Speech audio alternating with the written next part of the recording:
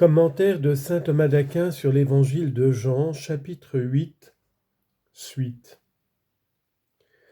Parce que je ne suis pas seul, mais il y a moi et celui qui m'a envoyé, le Père.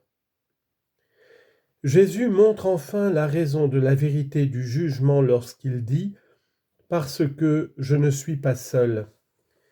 Mais ce qu'il dit plus haut, le Père ne juge personne, Jean chapitre 5 verset 22, doit être compris du Père séparément du Fils, ou bien de ce que le Père n'apparaîtra pas visiblement à tous lors du jugement. Et c'est pourquoi il dit « Je ne suis pas seul », parce que je ne suis pas abandonné par lui, mais je suis en même temps que lui. Je suis dans le Père, et le Père est en moi. Jean chapitre 14 verset 10. Cette parole exclut l'erreur de Sabellius, pour qui le Père et le Fils sont une seule personne et ne diffèrent que par le nom.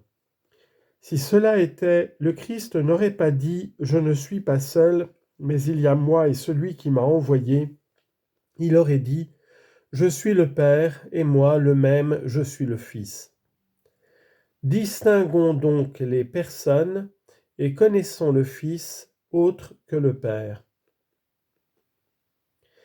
Et dans votre loi, il est écrit que le témoignage de deux hommes est vrai. Moi, je me rends témoignage à moi-même, et il me rend témoignage celui qui m'a envoyé, le Père.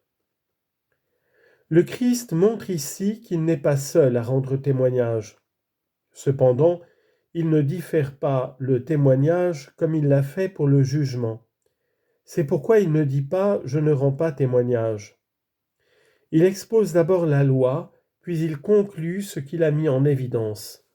Il dit donc, dans votre loi, c'est-à-dire celle qui vous a été donnée, comme il est écrit, Moïse donna une loi, Siracide, chapitre 24, verset 33. Il est écrit que le témoignage de deux hommes est vrai. C'est en effet ce que dit ce texte, c'est de la bouche de deux ou trois témoins que toute parole sera établie. Deutéronome chapitre 19 verset 15. Mais selon saint Augustin, le fait qu'ils disent le témoignage de deux hommes est vrai pose une question importante. Il peut en effet arriver que les deux mentent. En effet, la chaste Suzanne était accablée par deux faux témoins, comme on le voit au livre de Daniel, chapitre 13, versets 5 et suivants. Et c'est l'ensemble du peuple qui mentit contre le Christ. Je réponds, il faut comprendre ce qu'il dit. Le témoignage de deux hommes est vrai, de ce qui doit être tenu pour un jugement vrai. La raison en est que dans les actes humains, on ne peut pas avoir de certitude totale. Et c'est pourquoi on reçoit comme pouvant avoir un caractère plus certain ce qui vient d'une multitude de témoins. Il est en effet beaucoup moins probable que plusieurs mentent plutôt qu'un seul. Comme il est écrit, un fil triple est difficilement rompu. Qoélète, chapitre 4, verset 12. Néanmoins, ce que dit le Deutéronome, c'est de la bouche de deux ou trois témoins que toute parole sera établie, nous ramène, selon saint Augustin, à la considération de la Trinité, en laquelle se trouve la stabilité perpétuelle de la vérité, d'où provient toute vérité. Mais il dit deux ou trois, parce que dans l'Écriture sainte, tantôt trois personnes sont énumérées, tantôt deux, avec lesquelles doit être compris le Saint-Esprit, qui est le lien des deux autres.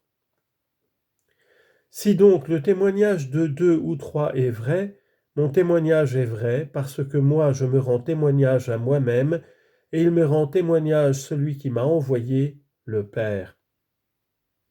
Moi, j'ai un témoignage plus grand que celui de Jean, disait Jésus en Jean chapitre 5, verset 36.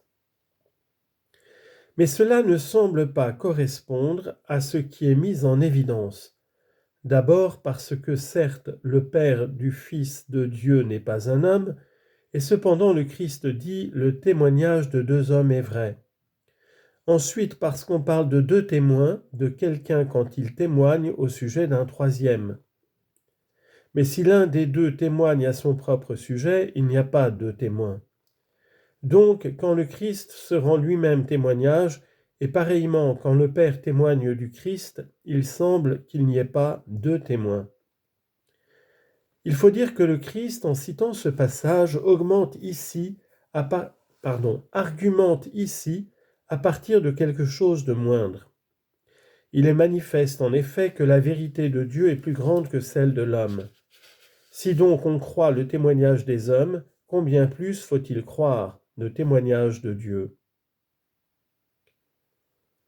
Si nous recevons le témoignage des hommes, celui de Dieu est plus grand.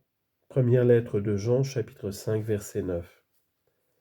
De plus, il dit cela pour montrer qu'il est consubstantiel au Père et n'a pas besoin d'un témoignage étranger, comme le dit Chrysostome. Le Christ écarte ensuite la question soulevée au sujet du Père.